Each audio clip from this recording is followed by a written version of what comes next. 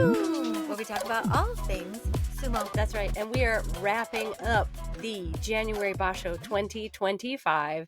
It just ended. If you are a sumo fan, I'm sure you've already watched it till the end. We are going to tell you a little bit about how it ended, a little bit of news at the end. But first, we have some bingo winners to talk about. Bingo! We had a great game of bingo, and I am going to pull up, let's see, on my computer here. I am going to pull up. You want to go first? Sure. Okay. I will say, when I was tallying all the bingos, we had an insane amount of makikoshi bingos. Yeah, we did. And like under 10 kachikoshi winners. Kachikoshi winners. So I don't know how exactly it works out with how many wrestlers get winning or losing records, but it was crazy this time how many, like at least 75, 80, maybe even more of the makikoshi winners. So nuts. Anyway, but our makikoshi winner was Carlo G, and had a beautiful makikoshi. With all your favorite wrestlers on there who had terrible tournaments. But I'm going to read a little bit of his email back to us about what he's all about, what he loves about sumo, and who he is as a sumo fan. Okay. He says, "Wowzers, what a thrill. I've actually won once before during the Akiba show of September 2023, so I'm feeling extra fortunate right now." And I was like, I didn't remember that. It's been so long ago. Anyway, I still cherish the goodies that were sent for me for winning. I'm 59 years old and live on a farm in Hawaii, and I'm the only person I know who loves sumo. I kind of got into sumo by accident while channel surfing only a few years ago, but I got deep into it very quickly. I think it's the greatest and most intriguing sport in the world. Your podcasts are great assist to keep the sumo thoughts dancing on the tawara in my brain, both during and in between bashos. And for that, I thank you. Oh, that's sweet. That is nice. To have like a bingo player who actually listens is like, it's like icing on the cake. I love all the drama and excitement around the race to become the next Yokozuna. I am a huge fan of Hoshoryu. Nice. And would love to see him become the next Yokozuna. He also says, but the rikishi I'm really excited about and hopeful for a fantastic and long career is Takeru Fuji. Which nice. I'm also on team Takeru Fuji. Yeah. I, like so many other sumo fans, have a lot of favorite rikishi, but overall I would call myself a huge fan of pretty much the entire Isagahama stable. So Yeah. Atami Fuji, Midori Fuji, Hokuto Fuji, Teruna Fuji says, sorry, I'm going to miss him, Hakuoho, Takeru Fuji, and Nishiki Fuji. And our favorite businessman Takaru Fuji. It's so hard to pick favorites, he says. Thanks again for everything and keep up the great work. Aloha and hakioi. So congratulations. Yeah, you are living the dream. Sumo bingo skills. And living on a farm in Hawaii. Second time win. I mean, Carlo, you are living life right. Yeah. Well done. Okay, and our big winner, our Kachikoshi winner, was Ron, who I believe had flu during this tournament. Just like these guys are playing sumo That is determination. Through injury. Yeah, like this man has power. Okay, so Ron says, wowie zowie, this was the best basho ever.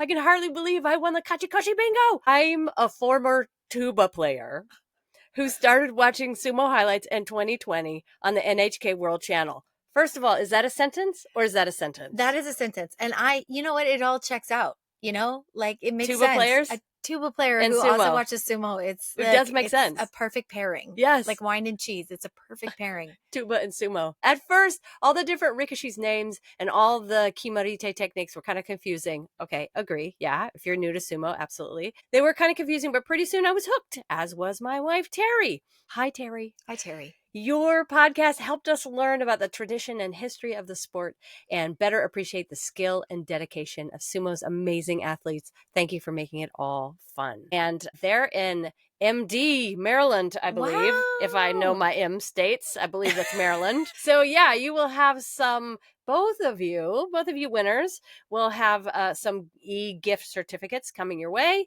And then, Ron, you're also going to have Leslie's famous jam coming your way. That's right. Yeah. So enjoy that. That's right. So cool. And thanks for listening. I am Yeah. amazed anyone learned anything from listening to us, especially in the beginning, as we were just learning how to use Google Translate. So that's really sweet. I love it when we hear people have been listening to us. Yeah. That's awesome. We also, before we jump into the sumo, I want to acknowledge all of you poets out there. There are some sumo poets who sent us some lovely work. So we have 3 poems for you.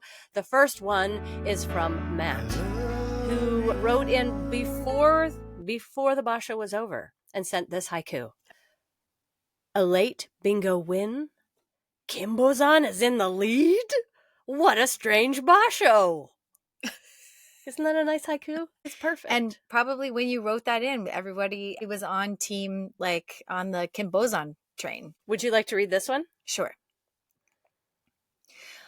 This one is from Adam, and Adam said, I decided to send you a little haiku inspired by my misfortune with my sumo bingo card this basho. I hope you like it. Hokuto Fuji Kyujo. Center square becomes dead square. Oh. Winning is now hard! Exclamation point, exclamation point, exclamation point. That would be a drag if your Kujo player is in your center square. That would just suck. Hokuto Fuji ruined it. Ruined it for you. We probably have more poetry around in these in our email inbox, but you know, being that Valentine's Day is not all that far away, I want you all to start thinking about our Valentine's Day episode, because we will be needing poetry and song and just all of the odes that you can write, all of the short stories, all of the little novellas you want to write about passion and sumo. You need to start thinking, you know, about those and putting pen to paper and sending them to us. Yeah. Because it's almost time, y'all. It's It almost is. time. It's our favorite episode of the year. Actually, you only have like a couple weeks, really. Yeah. Yeah. So put pen to paper, start writing some sexy sumo poetry, send it in so that we can share it with our listeners on our Valentine's Day episode. That's right. Do I have any other news? Let me think. Okay, so the only news I could really give is that there's no news, because any news, there's huge news. I'm just going to say there's big news. That'll come at the But end. it'll come at the end because, like, I mean, we'll talk about it later. Yeah. But, like, basho time, it's really hard with, like, everything that's going on day to day to actually filter through the news. I'm sure some things going on, some heias that are moving to different places. There's going to be, you know, all these European tours with the sumo guys in France or the UK somewhere. I don't know. There's stuff like that, but we'll get back to that next week. For this week, I'm just going to say we're going to skip it and just jump right into Day the 12. tournament.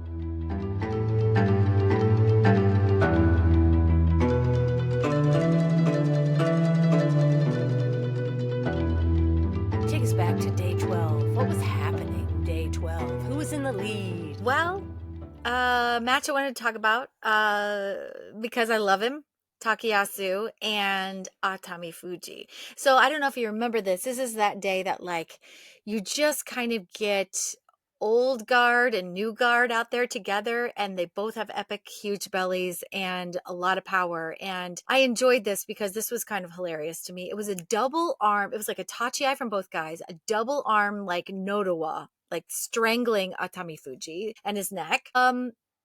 Atami Fuji manages to kind of get inside, get that morizashi, that like under the armpit kind of double inside grip, which I was like, okay, big man going inside on the other big man under it. So I was like, oh, this could work out in Atami Fuji's favor. But at this point, Takayasu goes in for a kubanage, which is like his arm around the neck of Atami Fuji, and tried to twist on it and like execute a throw. But Atami Fuji was really smart, and he sat really heavy when he felt that like attempt of like a neck throw, which I would too. If somebody's coming at my neck and trying to like pop it off by twisting, like I might try to wiggle out by sitting a little lower. And he denies Takayasu that throw.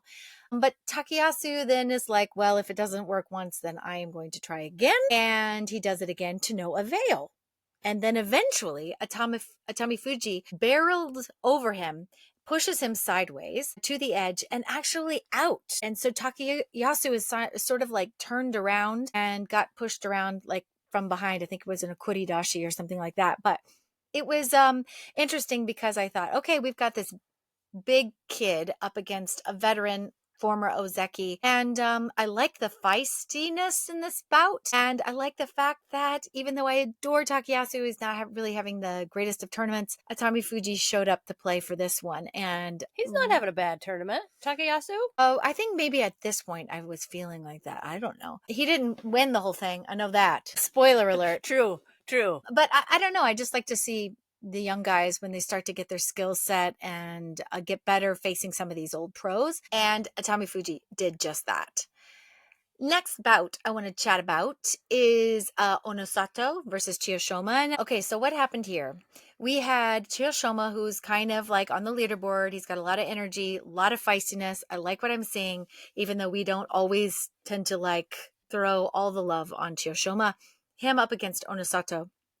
He had a lot of energy. Up top, they met big Tachi-ai. Onosato kind of swallowed him up. He got a grip. In that, Chiyoshoma got close inside, also got a grip.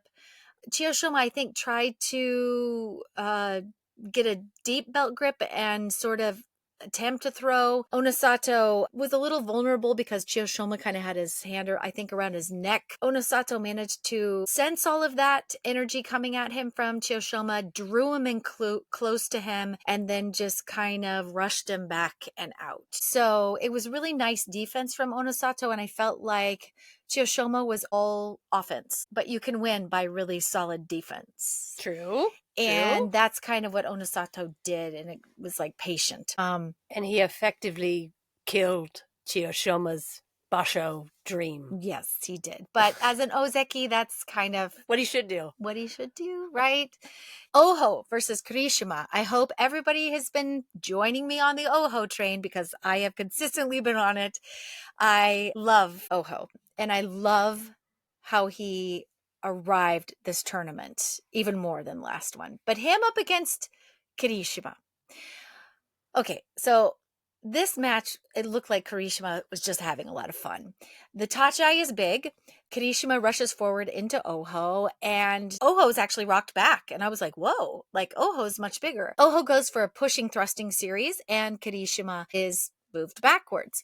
Oho is heavy and like, because you look at his body and he looks heavy. He like resists. He proves difficult to move for Kirishima. And so Kirishima ends up stepping to the side, grabs onto the chest or I think the arm of Oho and swings him in a circle. And now Oho is like staring at the edge of the dohyo though. Kirishima is at his back and eventually pushes him out. And in the end was like, it seemed like it was like a triple attempt to finally push Oho out from the rear that actually worked for Kirishima. It was not an easy push out, but he did it. And I will also say Oho danced about very quickly all over the dohyo, trying to resist, but Kirishima picked him up and got the job done and slammed him into the dirt, which is always a little bit exciting. So I say that because yay for Kirishima. And also Oho didn't come out on top on this one, but again, I saw a different kind of sumo come from him up against Kirishima. And that's what made me excited is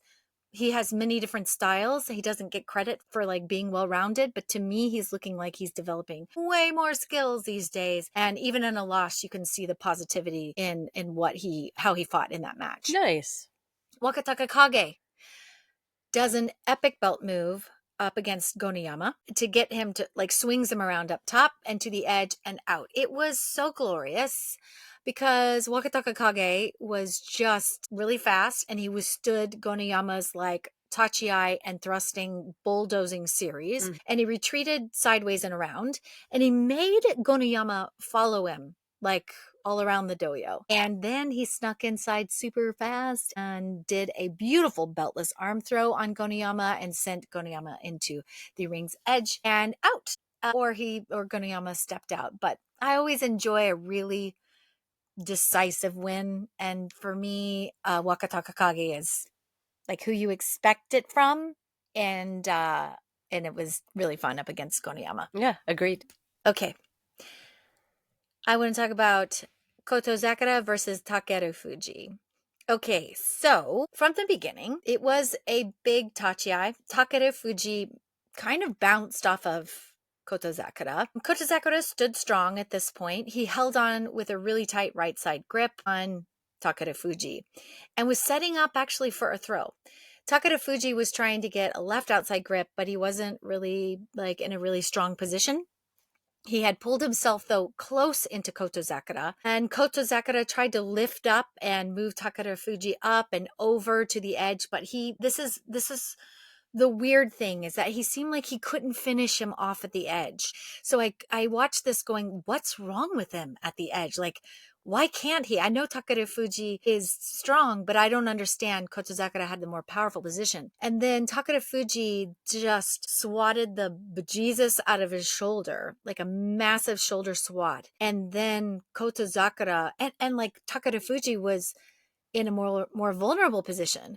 Oh, but this it was worked. The one where he was on the ring and he swatted, and then Kotozakara went like 4 feet, 6 feet in the opposite direction and landed and then on the side. That's right. Out of the ring. So it was nuts. It was nuts. And I was like, is Takeru Fuji just all that strong in that shoulder blast? I mean, he does a lot of weightlifting, so maybe. He was, but he was in such like a vulnerable position. Yeah. And I was like, Kotozakara should have been able to like bump him over the edge with like the Gobori Yotsu, the belly bump thing.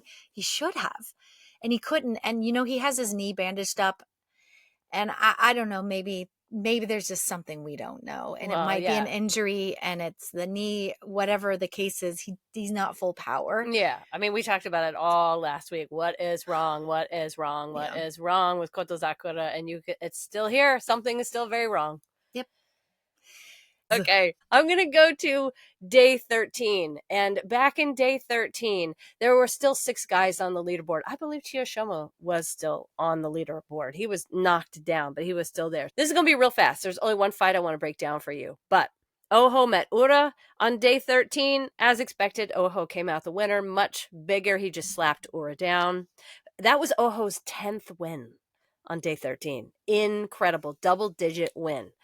Kirishima met Takayasu on day 13, and we got 2 fights from these sumo masters. They were both super fun. Lots of slaps, lots of pushes. They lasted a long time. They were all over the ring.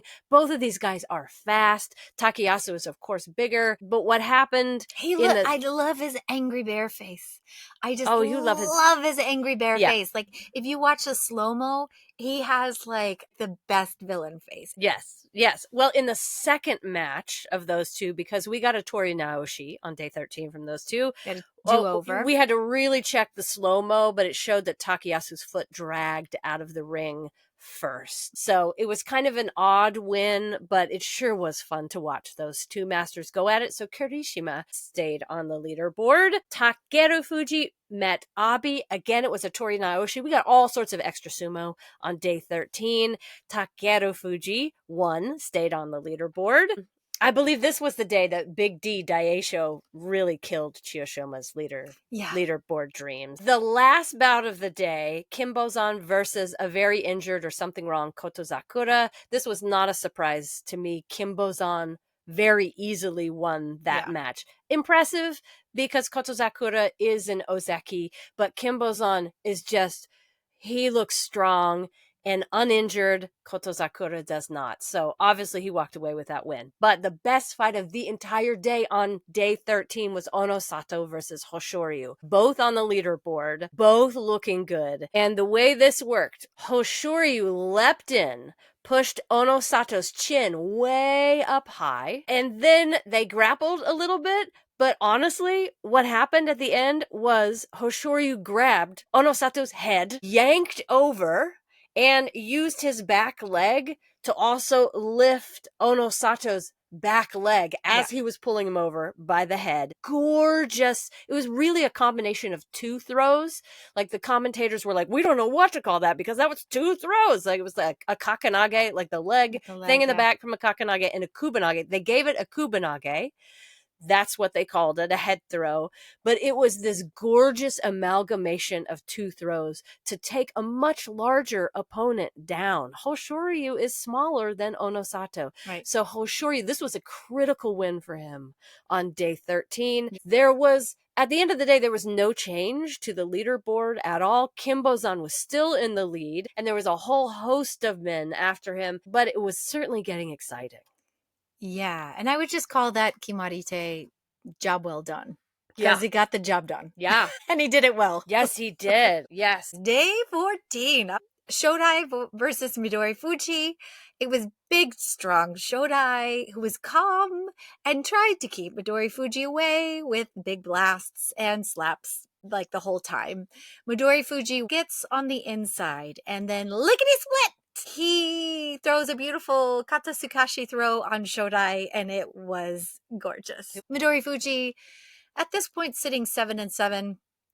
He's struggled a little bit more lately because I think everybody has his number a little bit more now, but it's really nice to see a big guy go up against a little guy, and then the little guy gets the job done. Midori Fuji is, what's his ranking this time? Sorry. His ranking is 11. Maegashira 11. 11. Okay. And Shodai's sitting at number 4. Yeah. Well, he normally does well at Maegashira 11. I wonder what's happening with him this tournament. That's interesting. Okay, so let's talk about Takanosho versus Oho. I love this match. It was a big Tsukio Toshi win for Oho. So the Tachiai was even. Oho met the huge blast from Takanosho equally, and I adored Takanosho. But Oho just allows himself to get backed up to the edge, and he tried to get like an arm around Takanosho's head, trying to do some sort of throw, and tried a Kotanage, I think, throw on Takanosho's arm, and it failed. But a last effort at the edge was actually an inside upper chest grab on Takanosho that just ushered him out and into the dirt. But at this point, I'm going, yay, Oho. I don't even know if I described that well, but all to say he's at 11-3 at this point. Well, Takanosho is no slouch. Right.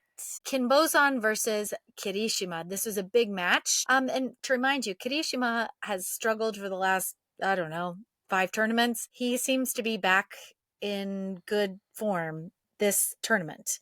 Every single day I'm like, ooh, is he back in form? Is he back in form? I know. He seems to be. He seems to be. I know. It's exciting.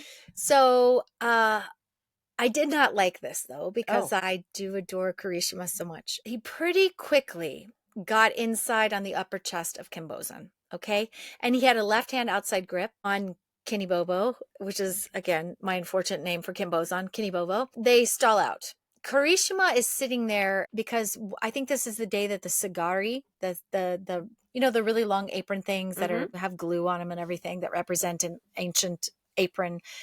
Anyway, it fell out and sat on the floor of the dojo, and they stalled out forever. And I think they were stalling out because it was between their feet, and they were thinking, I think the Gyoji should pretty much pick this up and it'll be out of the way. I think you were thinking that. Well, maybe. But they sat there for a really long time, and they stalled out and waited for somebody to make a move.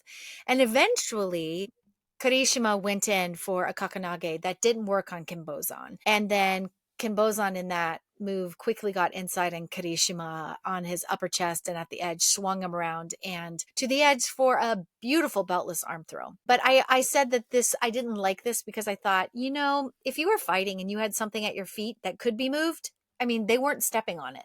So it's like most of the time the Gyoji does go in and grab that. It's just like another thing that's at your feet that doesn't have to be there.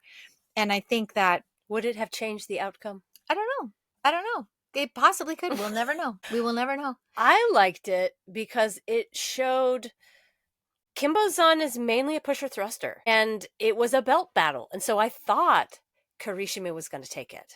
And he didn't. He was able to create some separation. And then, what did you say? Beltless arm throw? Is that what the win was? I think it was a Yeah. Sukinage. Yeah. He was able to win with the beltless arm throw. I mean, that shows he's got way more skills than your normal pusher thruster. I was so impressed that Kim Bozan did that. It was a mighty win. That was the one that made me go, all right, maybe this kid can do it. Maybe he can take this thing. Yeah, he's looking good. Ura versus Wakatakakage was fun because there's just so much fire. There's just so much fire and so much heart. Wakatakakage made, though, a mistake. And he doesn't make that many mistakes, but he let Ura get an inside double grip post Hachiai. And there were some steps, in there too. There were some slaps, some steps. Some steps. But overall, pretty quick. It was a very fast match. All that to say, Wakatakakage made the mistake of letting Ura just get in close and into a bulldoze position. He was lower than Wakatakakage, which is pretty low. Ura has the ability to get really low, and bulldoze he did. Wakatakakage got bulldozed to the edge. It was really fun. It was an Oshidashi win for Ura, who is now at 7-7, and Wakatakakage at this point was also 7-7. So that was really fun. Not so much fun is the King Baby Kotozakara versus Onosato, because at this point I'm realizing that King Baby has absolutely no will to do sumo for the rest of this tournament. I wanted to hug him. His sumo heart is just a little crushed. He wants this tourney to be over. Didn't he have a makekoshi already at day 14 as well? Yeah. And after this day, he's sitting at 5-9, which is not only is that bad, but that sucks. He's now Katabon for the next tournament. And I didn't think that would really happen to him. I didn't either. But how your fortunes change so swiftly in sumo. I don't know. But he allowed Onosato to just get in, get the grip, and then lifted him up and rushed him out. He was up too high. And I was just like, why is he allowing this to happen? Injury. And that's when I looked at that knee and I was like, he's going back. He's retreating. He doesn't have the knee or something to help him, I don't know, do some defense up against Onosato and his charge. So if only he was Yokozuna and he could take some time off. I know. But King Baby will come back stronger than ever next time. Takeru Fuji versus Hoshoryu. Well, this was really fun because Hoshoryu just completely overwhelms Takeru Fuji. And he does it losing a contact lens that's lodged on the side of his face afterwards. And I was like, oh, Hoshoryu wears contacts. I also wear soft contacts. He and I are very, very similar. We're now best friends. Yeah, he hit him so hard that he knocked his own contact lenses out of his eyeballs. Yeah. That's incredible. Yeah. He had a really strong tachi. He gets a double inside strong upper chest kind of grab on Takeru Fuji and then rushes on him. And Takeru Fuji tried to makikai. And of course, like when you change an arm position, that's a signal to whoever's attacking you, this is the time to charge. And he did. He just plain old ran over him. Now Hoshoryu is right behind, I think, Kinbozan and Oho as far as that record goes on day 14. He's sitting at 11-3, which we're all going, we didn't think he had much of a chance for Yokozuna, but wait a second. Things are changing. The momentum is shifting. Yeah. So just to be clear, as we went into day 15, Kim Bozan was still in the lead, 12-2.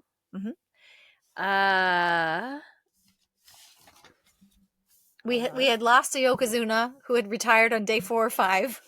This is a big tournament when you think about it. Yeah. Like this tournament in January is always like a rando one. You always have like a weird, like Maegashira 17 who wins it. This was also full of surprises. Yeah. In so many ways. So Kim Bozan, who had lost to Abi and had lost to Oho. He's our tallest. He's a big guy. Of the guys on the leaderboard. So he was in the lead, 12-2. All he had to do was win on day 15. Yeah. And he could take this home. Yeah. Followed by Oho and Hoshoryu. Okay? The two of them were going to meet on day 15. So that meant if Kim Bozan won, game over. If Kim Bozan lost, we have a tournament winner. Yeah. If Kim Bozan lost, then whole different story. if Oho lost, no, if Oho won, we would have a 2-way playoff. If Oho lost, we would have a 3-way playoff. Okay, so all of that to say, it all depended on Kimbo's first, and then if he lost, it all depended on Oho. Mm-hmm. It all depended on what happened with Oho. All right, so day 15, if on day 15 Kimbo-san won that match, party's over, we all go home, Kimbo-san has won. If Oho had won that match, then we've got a whole different playground. We've got a double or a triple playoff. Which is, I think, what the fans wanted. Well, that's what we always want, right? More sumo. Okay, so Kimbo-san met Oho, and Oho was so proud of himself because he got into an aggressive pushing game and then did a perfect pull to get Kimbo-san off balance and then followed it up with more great pushing to take Kimbo-san out and over the edge, and it set us up for playoffs. So already the fans are like, oh my God, we're going to get more sumo. But are we just going to get like another rematch of Kimbo-san and Oho? Or is Hoshoryu going to get into this mix? Because now maybe he can. Okay, so that was the first big of day 15. Have to mention it just because it's noteworthy. Has nothing to do with the Basho, but Ichi Yamamoto and Wakataka Kage met on day 15. Yay. Both of them had 7-7 records. And what that meant was Ichi Yamamoto, the biggest fan of Wakataka Kage. One of them was going away with a Kachikoshi, one of them with a Makikoshi. And when the tutor meets the master, this time the tutor won. Ichi Yamamoto beat Wakataka Kage. I had all the feels in this match. I did too. I couldn't believe it, but then I was like, oh, good on him. Right? But then also, like, he probably felt like apologizing or just being like, I'm so sorry. I love you still. You're like my favorite. I'm so sorry I did this. He looked so proud of himself. And at the same time, I do think that Wakataka Kage has a slightly re-injured himself at some point. So, but all of that to say, it just made for great drama on day 15. So that was fun. Onosato met Ura. Easy win. But many of you, when you sent in your bingo card, said, oh, I like that match because Onosato reached out and grabbed Ura before he fell off the doyo, showing amazing athleticism and just care for his other opponents. Agreed. So I just want to mention it here. You're not the only one that noticed that. It was amazing. We like chivalry. Yeah, we do. We do. And so the big match that everyone was waiting for at the end of day 15, Kotozakara versus Hoshoryu. We all knew this. We all knew it was going to go this way because Kotozakara is not 100%. That did not stop Hoshoryu from getting his biggest game face going. And he did. He got the crowd pumped up. And he tried a Shitatanage on Kotozakara. Kotozakara valiantly fought against that. But I think that took every bit of his power and muscle. And Hoshoryu pulled him off balance, got inside, and took him out.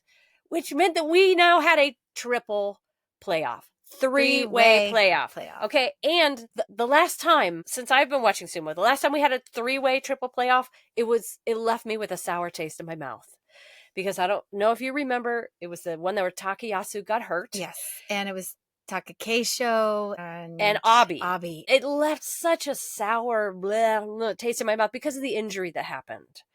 But this time there were no injuries. Everyone who was involved seemed to be fighting at their highest level. The stakes are even higher for one of these guys because we're talking about Hoshoryu, who, if he wins it, it's a little questionable whether he would be promoted to Yokozuna if he won the tournament, because the history of winning Yokozuna, people have not winning it, but earning the status, the position of Yokozuna, you have to be dominant.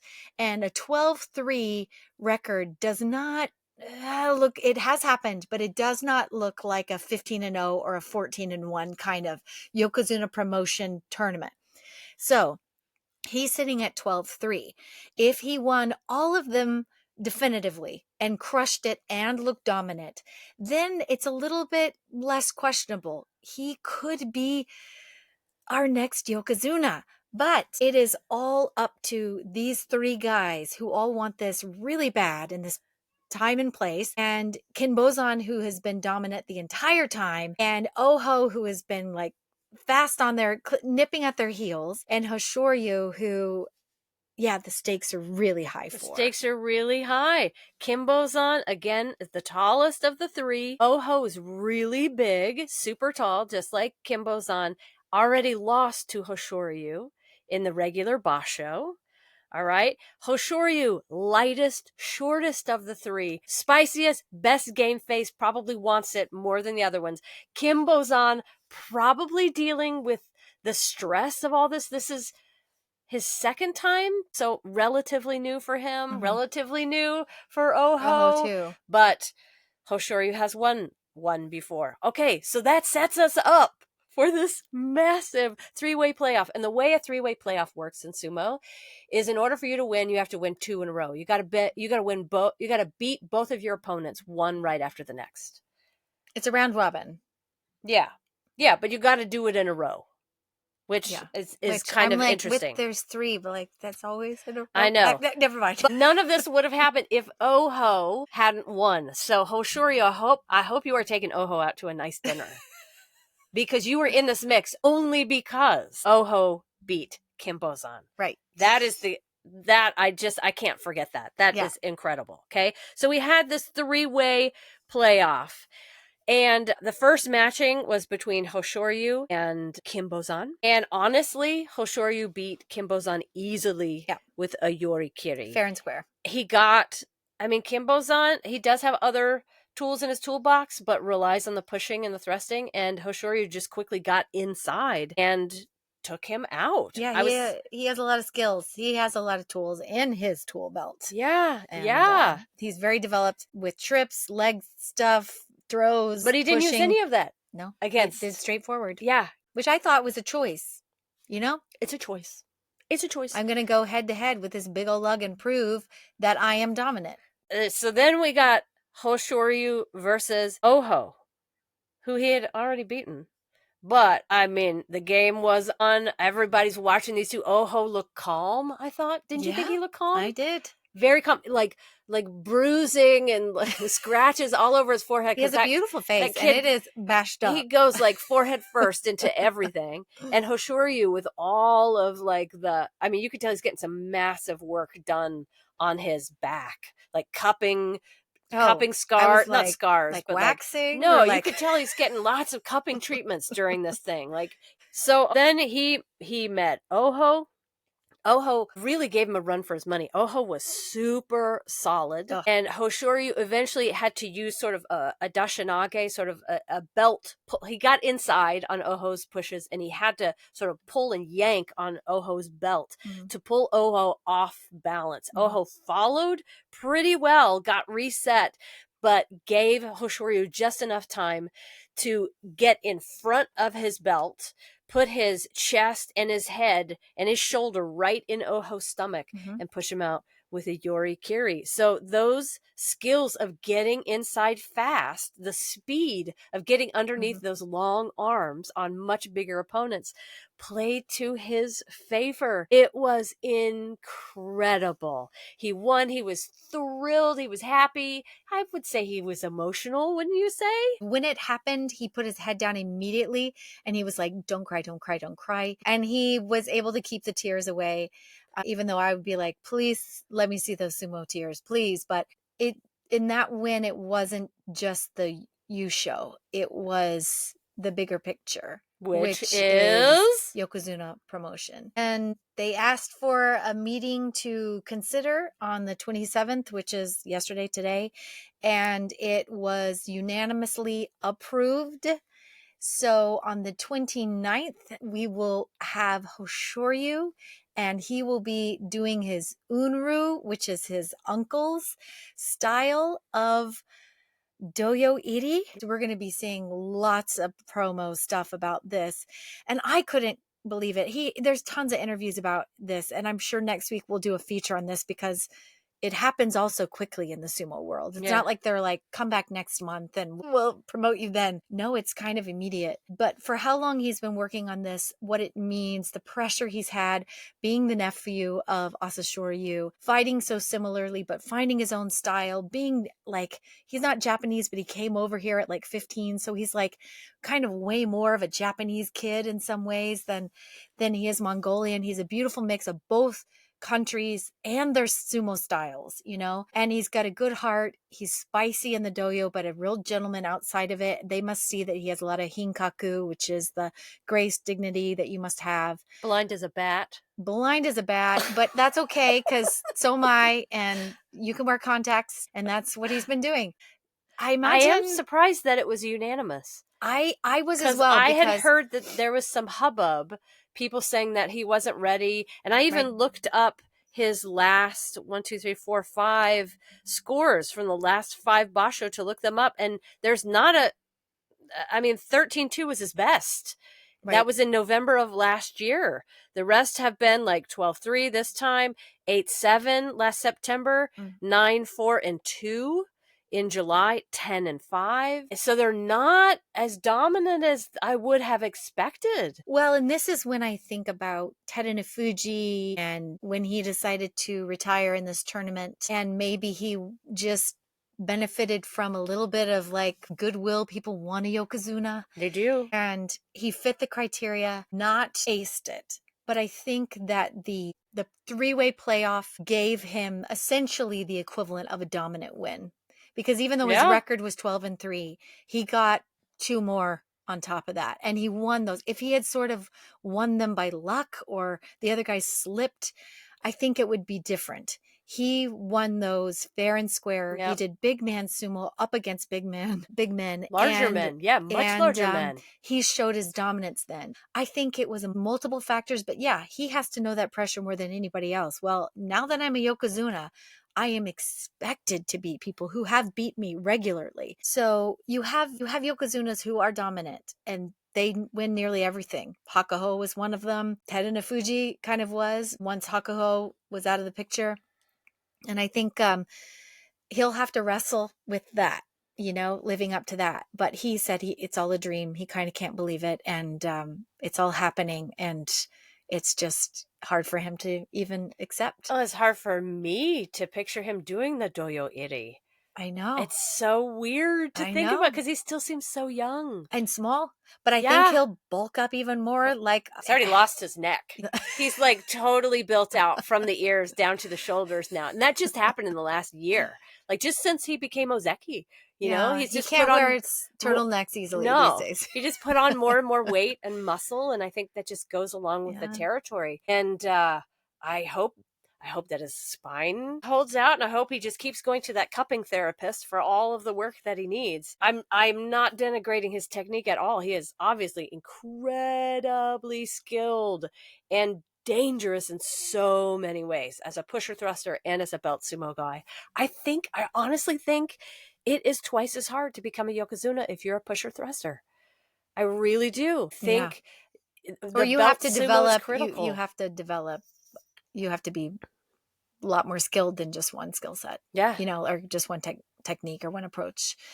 And he's a young Yokozuna. He's still in his 20s. Yeah, so which is exciting. I think he will benefit. I'm sure he'll be nervous, but he'll benefit from the energy he gets from this, and maybe it'll just unleash like massive confidence, and we will see even more domination from him coming. But this says a lot to the rest of the crew, like Kotozakara, like Onosato. I'm sure that they will be inspired by this and know what's next for them. Well, I think Onosato is not far behind. He's got double digits. He is well on his way to perhaps getting that higher rank as well. Kotozakara, there's an injury involved. He'll be Kataban the next basho, so he'll be fighting to hold on to his Ozeki status. But Onosato, man, sky's the limit for that kid too. So we might have 2 Yokozuna in 2025. Well, let's hope. But for now, we got another one. Yeah. Our 74th Yokozuna? 75th? 74th? 74? 74. 74? 998th. I don't know. 74. I think I read 74. Yokozuna Hoshoryu. Yep. Well, all right. Is that it for this week? Yep. Okay, we will be back at you next week, probably with more Hoshoryu business, Yep. Yokozuna Hoshoryu business. Get those poems ready. And also, there's things to look out for, like haircutting ceremonies. All of these things, tokushoryus, all of these things are coming in the near future. So there's going to be lots of stuff. So if you've enjoyed watching us via video, we really appreciate it. This has been new for us, and we're having a little fun with this. Keep listening. We will be bringing you lots of fun, exciting things between the bashos. And if you watch us during the bashos, hey, thanks for giving us a listen. We always appreciate your viewership, and we will be back with you, bringing you sumo next week. I am Leslie. Lori, bye. Bye.